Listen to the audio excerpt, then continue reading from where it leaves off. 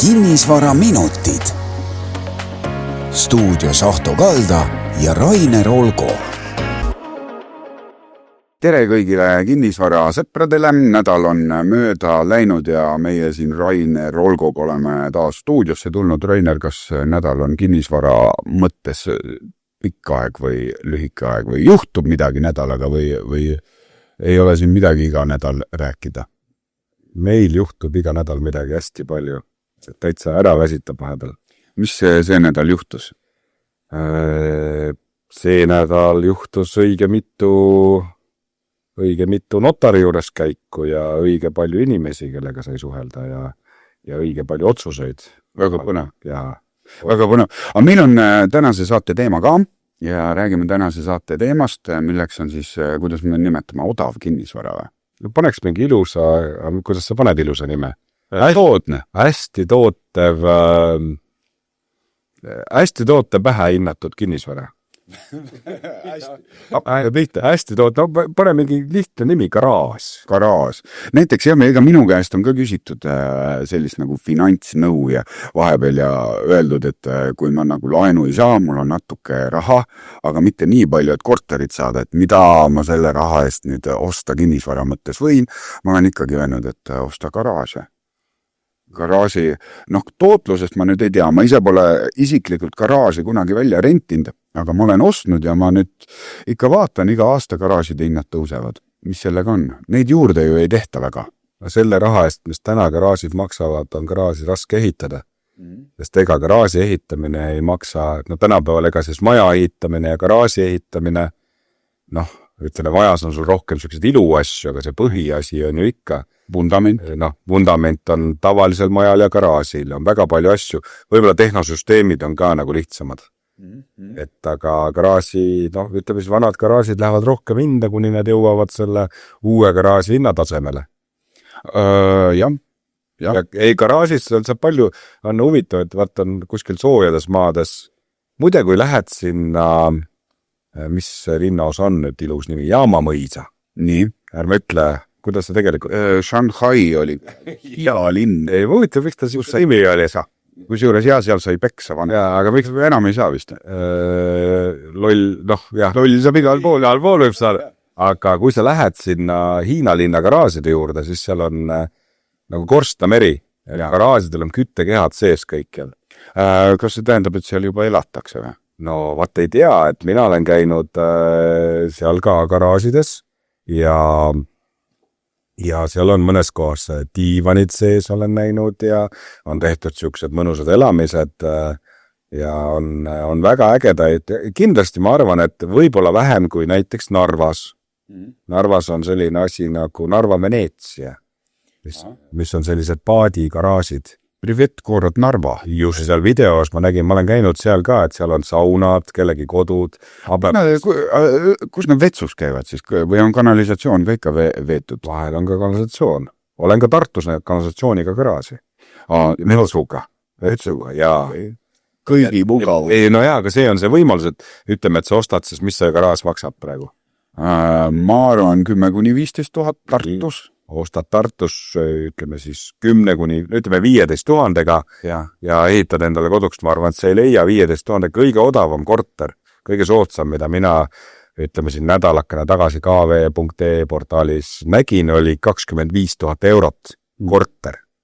Ja garaaž on ju sellest soodsam. Ja. No võt. Aga garaažile, kas sa saad nii hästi laenu? Ei saa üldse laenu. Ei saa üldse? Jah. Garaaži ostmiseks laenu ei anta? No see eluaseme laenu sa küll ei saa. Okei. No mis sa saad siis? Kui sa ei? Sina lähed laenad või ema käest saad laenata või isa käest või venna. Aga alati saab laenu, lihtsalt ei sobi panga tagatiseks. Aga äri mõttes ikkagi garaaže antakse rendile või antakse üürile, täitsa antakse ja täitsa hea tootlus võib vahepeal olla. Olen kuulnud ka, et mõned saavad garaaži eest 10% tootlust. See on päris hea. Ja pluss see hinnakasv, mis sa räägid. Hinnakasvust, mina tean täitsa öelda, et ütleme 5 aastaga on vähemalt 3-kordseks läinud hind garaažil. No see on ju meeletu tõus. See on meeletu tõus, ükski korter ega maja nagu niimoodi ei tõuse. aga on üks lause kunagi mulle pangas õpetati, et mineviku tootlus ei garanteeri tuleviku tootlust. Õige. Kui sa ütled, et 3 aasta jooksul hinnad ära tõusnud, järsku siis nüüd ongi kõik.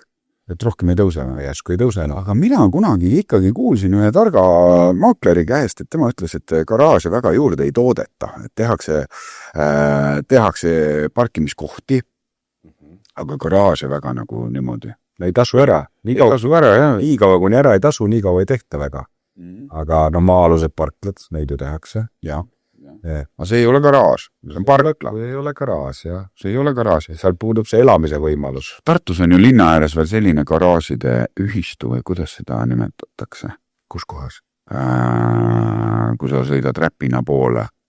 Seal on nagu garaažid, aga nagu sa ei oma seda pinda seal all, vaid see asub kuskil platsi peal ja sa omad seda plekist.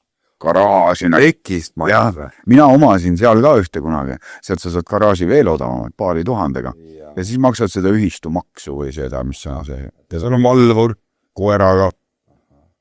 Ja võt ma ei tea, kas sa seal saad seda ja seal on ka nagu ilmselt on olemas ka mingi eks see kauplemine väga tihti ei käi läbi maaklerit, aga ma olen kuulnud erinevaid hindasid ja ma olen kuulnud sükest 10% tootlust, et aga aga sa üürid sealt siis välja? Ja, nojah, et seal saad ju seda plekist asja ilmselt annab ka välja üürida. Et eks seal nõudlus ole, et aga samas kes sa pead mõtlema, kes see garaaži kasutajad on need, kes seal nokitsevad või teevad korda või hoiavad asju? Seal ikka pigem hoitakse asju, et nokitsevad need, kellel on korstmed peal. Korstmed, jah. Aga see teine asi, sa ütlesid, see odav kinnisvara, siis on veel putkad. Nii. See on veel huvitavam. Putkasid on vähem. Putkasid on vähem. Ma tean isegi Karlovas mõningaid putkasid, mida antakse üürile. Putka on juba vallasvara, ja? Putka on, garaaž võib ka olla, see plekist asi võib ka vallasvara. Plekist asi oligi vallasvara, kui mina assin, ma mäletan. Aga putka võib olla ka vallasvara, ehk siis ega mis on kinnisvara ja kinnisvara on nagu püsivalt seotud, aga vallasvara on sinna lihtsalt asetatud. Jah. Võib autosuvila olla näiteks. See sama koht, kus kohas ma tean Karlovas, kus üüritakse välja neid putkasid, üüritakse välja ka autosuvilaid, kus saab elada. Ja on olemas selline klientuur või selline inimesed, kes siis hea meelega tarbivad. Nagu välismaa filmides on need hillipillid. Hillipillide küla, kus on siis need autohaagist suvilad. Päris suuri on isegi praegu ka müügis olnud neid. No võt, meil ei ole seda traditsiooni ega kultuuri veel piisavalt. Meil on võib-olla ka natuke külm. Ma kusjuures kuulsin ühte juttu, kui rääkides nüüd välismaast ja suvilatest. Et Jurmala kandis oli üks suur Läti ärimees teinud nagu valeehitise, mingi ilgelt suure ägeda villa ja siis ehitas sinna rattad alla, ütles, et see on tegelikult haagis. Ma tean ka seda Jurmala kandi lugu. Kas see on see mingi kuulujutt või ongi tõsine asi? No, kui meil on 2 erinevat kuulujutuallikat praegu, siis on tõsi kindlasti. On jah? Aga mina olen ka kuulnud, et Jurmala kandis pidi olema selline mees. Pani villale rattad alla. Ja mina olen näinud ka samasugust lahendust Peipsjärve kandis. Aga kuidas sa siis paned lihtsalt... Ei, no selles mõttes, et vaata, see on nagu erinev. On ju kelder, ja? Et kas on püsivalt seotud või ei ole püsivalt seotud. No, kuule, siin võiks ju filosofeerida, me võiks teha eraldi filosoofia saata sellest, et kõik majad on ju põhimõtteliselt maa peal asetatud. Ja. Vundament on asetatud sinna hukku, on ju. Ja. Et kuidas me siis vahet... Ta ei kasva ju maa seest. Ja. Ta on sinna tekid. Ja, aga vaat siin on omad sellised nõksud ja asjad, et isegi kui sul näiteks mingi ajutine esitis teatud aja püsib, siis te olete juba nagu kasvas kinni maa külge. Jah. See ratastest kasu ei ole. No just, aga ega see rattad, ütleme, meil on nüüd see tootluse teema ikka. Ja. Et kui sul sõpradele öelda, et ega see on selline peenike business. Ma ei annaks küll nagu soovitust, et see tuleviku vaates nagu hea, aga ma tean inimesi, kellel on palju garaase.